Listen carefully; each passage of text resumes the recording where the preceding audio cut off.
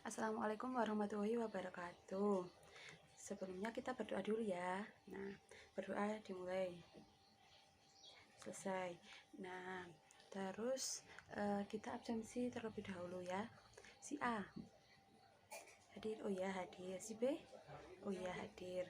Nah, hari ini itu kita akan mempelajari tentang manajemen bencana pada saat pra bencana. Nah, sebelum kita menuju ke ini, kita mereview dulu materi yang kemarin, yaitu manajemen bencana pasca bencana. Jadi manajemen bencana pasca bencana itu upaya yang dilakukan setelah terjadinya bencana.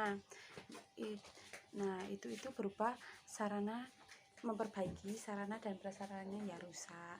Nah, terus di fase pasca bencana itu ada dua fase, yaitu rekonstruksi dan rehabilitasi.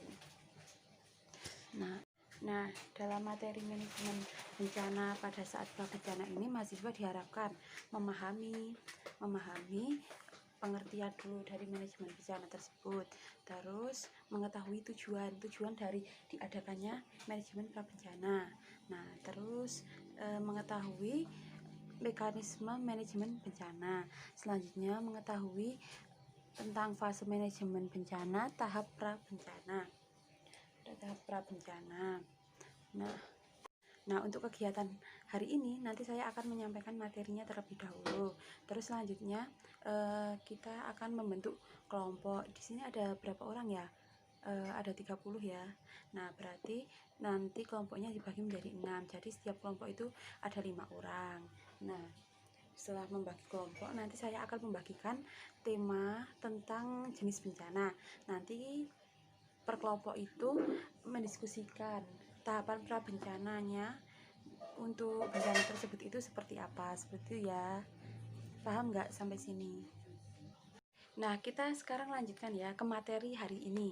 Materi hari ini tentang mitigasi bencana pada saat pra bencana atau sebelum terjadinya bencana. Yang pertama, kita harus mengetahui tentang pengertian manajemen bencana. Nah, pengertian manajemen bencana itu apa sih? Nah, pengertian manajemen bencana menurut UU nomor 24 tahun 2007, manajemen bencana adalah suatu proses dinamis, berlanjut dan terpadu untuk meningkatkan kualitas langkah-langkah yang berhubungan dengan observasi dan analisis bencana serta pencegahannya. Jadi bagaimana menganalisis bencana itu agar kerugiannya itu menurun dari sebelumnya. Itu menurut UU 2007. Sedangkan menurut University of Wisconsin, manajemen bencana adalah serangkaian kegiatan yang didesain untuk mengendalikan situasi bencana dan darurat, untuk mempersiapkan kerangka untuk membantu orang yang rentan untuk menghindari atau mengatasi dampak bencana tersebut. Sedangkan menurut University British Columbia, manajemen bencana adalah suatu proses pembentukan atau penetapan tujuan bersama dan menilai bersama untuk mendorong pihak-pihak terlibat untuk menyusun rencana dalam menghadapi suatu bencana tersebut. Nah, jadi dapat disimpulkan bahwa pengertian dari manajemen bencana itu adalah segala upaya atau kegiatan yang dilakukan dalam rangka pencegahan, mitigasi, kesiapsiagaan, tanggap darurat, dan pemulihan berkaitan dengan bencana yang dilakukan pada tahapan sebelumnya, sesaat atau sesudah bencana. Nah, selanjutnya ada tujuan dari manajemen bencana. Nah, tujuannya itu ada 4. Yang pertama itu mencegah kehilangan jiwa, kedua mengurangi penderitaan manusia, yang ketiga memberikan informasi kepada masyarakat dan pihak yang berwenang untuk mengenai resiko tersebut. Nah, yang terakhir itu untuk mengurangi kerusakan infrastruktur utama, harta, benda, dan kehilangan sumber. Nah, selanjutnya kita membahas tentang mekanisme manajemen bencana. Jadi mekanisme manajemen bencana itu ada 2. Yang pertama mekanisme internal atau informal, dan kedua itu ada mekanisme yang eksternal atau formal. Nah, kita bahas dulu yang internal. Internal itu adalah masyarakat di sekitar atau penduduk di sekitarnya. Jadi yang internal itu bersifat secara alamiah, sedangkan yang mekanisme eksternal itu organisasi yang sengaja dibentuk untuk tujuan manajemen bencana, misalnya Satkolab PB, BNPB maupun BPBD. Nah, itu ya. Nah, sekarang dilanjutkan fase manajemen bencana tahap prabencana. Jadi ada 4 fase. Yang pertama itu ada pencegahan, kedua itu ada mitigasi, ketiga ada kesiapsiagaan, dan yang keempat itu ada peringatan secara dini. Nah, yang pertama kita bahas itu adalah pencegahan. Pencegahan adalah upaya untuk menghilangkan atau mengurangi kemungkinan akan timbulnya ancaman bencana tersebut. Misalnya, kita membuat bendungan agar mengurangi dampak banjir. Nah, yang kedua itu ada mitigasi. Mitigasi adalah upaya yang dilakukan untuk mengurangi dampak buruk dari ancaman suatu bencana.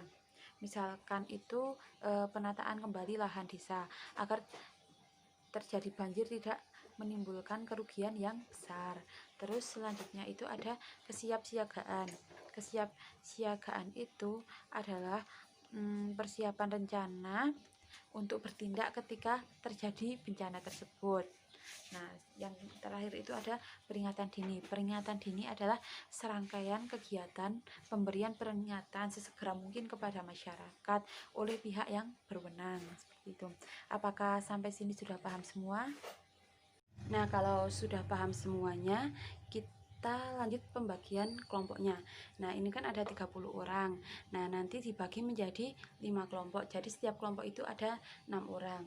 Nah, untuk tema-temanya, tema bencananya itu yang pertama itu ada gunung meletus. Gunung meletus. Yang kedua itu ada tsunami.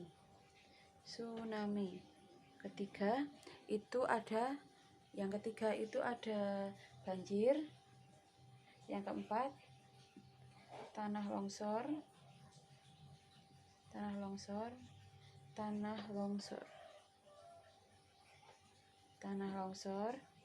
Dan yang kelima itu ada gempa bumi.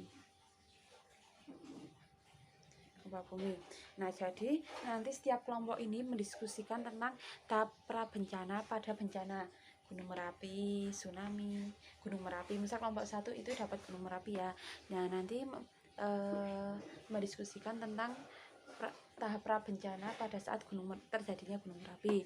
Begitupun kelompok 2 nanti tentang tsunami, ketiga tentang banjir, keempat itu tentang tanah longsor, dan kelima itu tentang gempa bumi, seperti itu. Apa sudah paham sampai sini? Nah, sekarang diskusikan dulu selama berapa ya? Selama 15 menit. Nah, nanti dilanjut dengan presentasi kelompok. Nah, sudah ya. Nah, sekarang sudah 5 menit kemudian. Nah, kelompok siapa dulu yang mau maju? Kelompok berapa dulu yang mau maju? Silakan. Kalau ada yang acungkan atap. Nah, oh ya, kamu kelompok berapa? Kelompok 7. Oh ya, kelompok 5. Nah, sekarang kelompok 5 perwakilan maju ke depan untuk mempresentasikan hasilnya ya. Nah, ayo silahkan maju. Nah, beri aplaus untuk kelompok 5. Nah, sekarang masih ada yang ingin ditanyakan lagi apa tidak? Jika tidak, saya cukupkan. Nah, untuk tugas besok itu ada enggak resum. Tugasnya itu ringkasan aja. Ringkasan atau membuat mind map sekreatif mungkin tentang materi minggu depan dan belajar tentang materi minggu depan tersebut.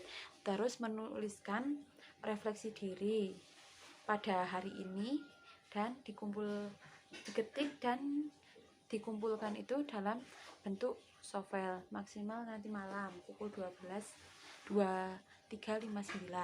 Nah, itu aja untuk tugasnya besok ya. Silakan dikerjakan. Kalau tidak ada yang ditanyakan lagi, sudah ya. Terima kasih, semoga ilmunya bermanfaat. Wassalamualaikum warahmatullahi wabarakatuh.